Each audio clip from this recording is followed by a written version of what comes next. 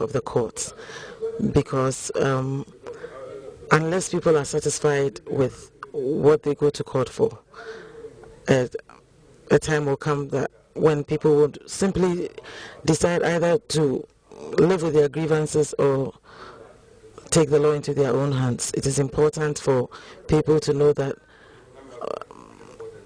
adjudicators are fair and impartial and transparent and will do their best to apply the law, and also that they will be heard to the fullest.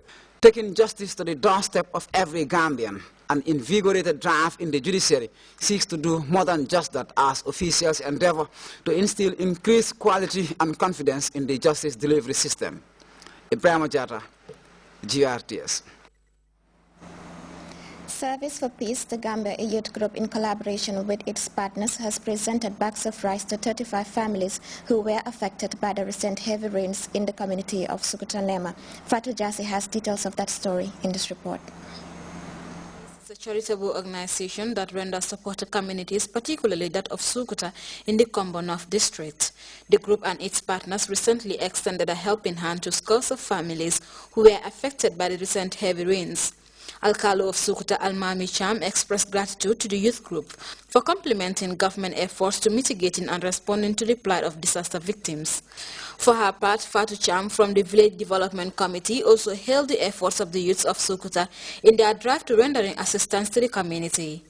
The ward councillor and other speakers also commended the youth group for the support, calling on others to emulate their initiative.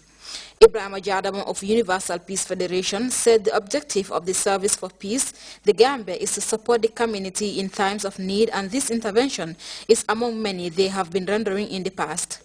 The food item is expected to provide a breather for the affected families who have been largely struggling to cope with the consequences of the heavy rains of the past few weeks. The youth group is renowned for its provision of social services in the area, which include periodic cleansing exercise, provision of scholarship to students, among a host of others. For GRTS News, I am Fatou Jassi. We'll be back with news from outside the Gambia after this break.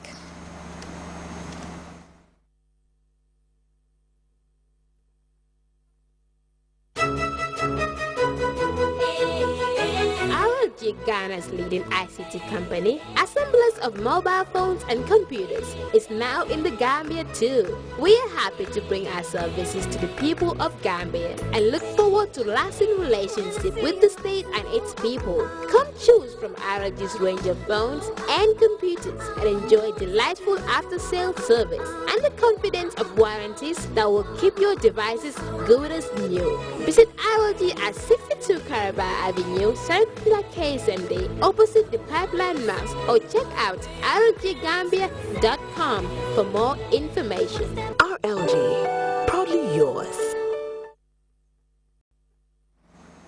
Welcome back. More than 70 people have been killed on Saturday across Egypt after supporters of the Muslim Brotherhood and the Anti-Coup Alliance staged mob demonstrations in protest at the killing of hundreds of protesters in the capital, Cairo, and other cities.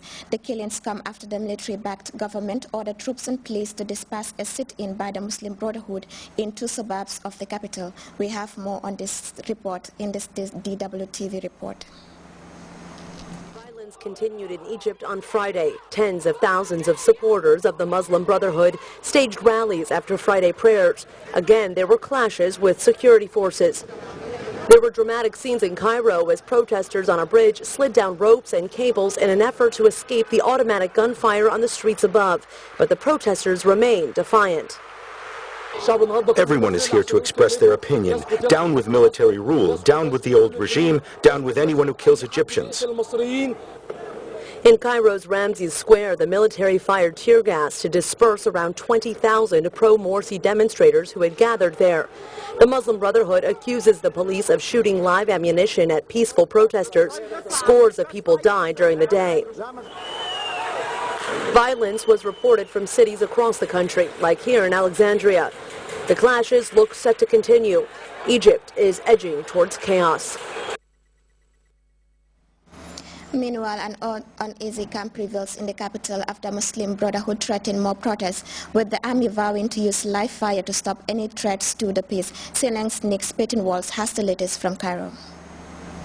Certainly tell you we are not talking about large-scale protest or marches at all at this point. There is a continued calm across Cairo, and what protests there are seem to be incredibly small in numbers, so at this stage unlikely to lead to violence and clashes. And this comes after them having announced two substantial marches heading in the direction of key government buildings, despite a military threat that they would greet any advance towards state institutions with live gunfire, lethal force. The Muslim Brotherhood citing that security fear as a reason to perhaps rethink some demonstrations. Confusion throughout the afternoon, but it seems now, as evening said, saying that the marches are happening in incredibly small numbers in much fewer locations. So nothing like the continuing day after day after day of marches which they've pledged at this point. And I think many are wondering, are the Brotherhood regrouping? Is the fuel behind their protests slowly ebbing? Are they just simply scattered? Or are they still reeling so much from the brutality of the last week's crackdown that it's not able to field numbers like they were before, Fadila?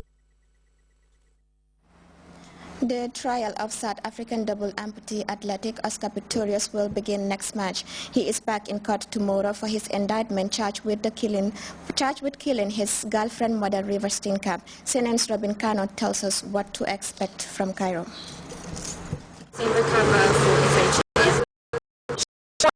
Models, and on Monday River Steenkamp would have turned 30. August 19th instead marked by a return to court for her boyfriend Oscar Pistorius. His second appearance since he was granted bail in February. The Olympic star is charged with the premeditated murder of Steenkamp. She was shot and killed by Pistorius inside the bathroom of his home on Valentine's Day. Pistorius says it was a tragic mistake. He heard noises and thought Steenkamp was an intruder. The state says it was intentional. And after a 2-month delay, the prosecution says the investigation is finished and their indictment is ready. So now on Monday we will start to get an indication of which of those initial allegations they have now managed or feel that they've managed to back up with evidence.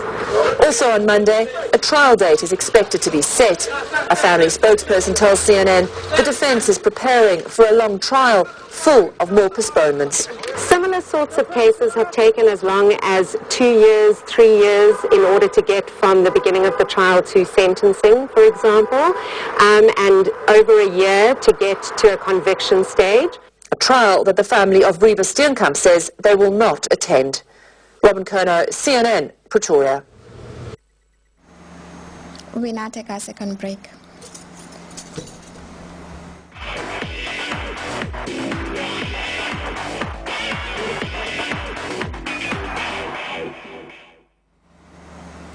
Welcome back. In the Bundesliga, Bayern has become the first German team to go 27 matches unbeaten. The Bavarians now narrowly defeated Eintracht Frankfurt 1-0. Meanwhile, Hoffenheim also thrashed Hamburg 5-1. We have more in this report. Bundesliga soccer now, and Bayern Munich ground out a narrow 1-0 win against Frankfurt. Mario Mandzukic scored the game's only goal in the 13th minute with a spectacular volley. It was Bayern's 27th league game undefeated, a new Bundesliga record. And Hoffenheim thrashed Hamburg 5-1 thanks to an inspired showing by striker Roberto Firmino. The Brazilian helped himself to a brace and also set up all of his side's other goals. Rafael van der Vaart's first half penalty was scant consolation for the home side. To the rest of Saturday's results, we saw Bayern beat Frankfurt there, Stuttgart lost to Leverkusen, Wolfsburg thrashed Schalke 4-0, Augsburg failed to score against Bremen, Freiburg lost at home to Mainz 2-1, and that stinging defeat for Hamburg at the hands of Hoffenheim. And now we join the Central Focus Office for a look at the weather.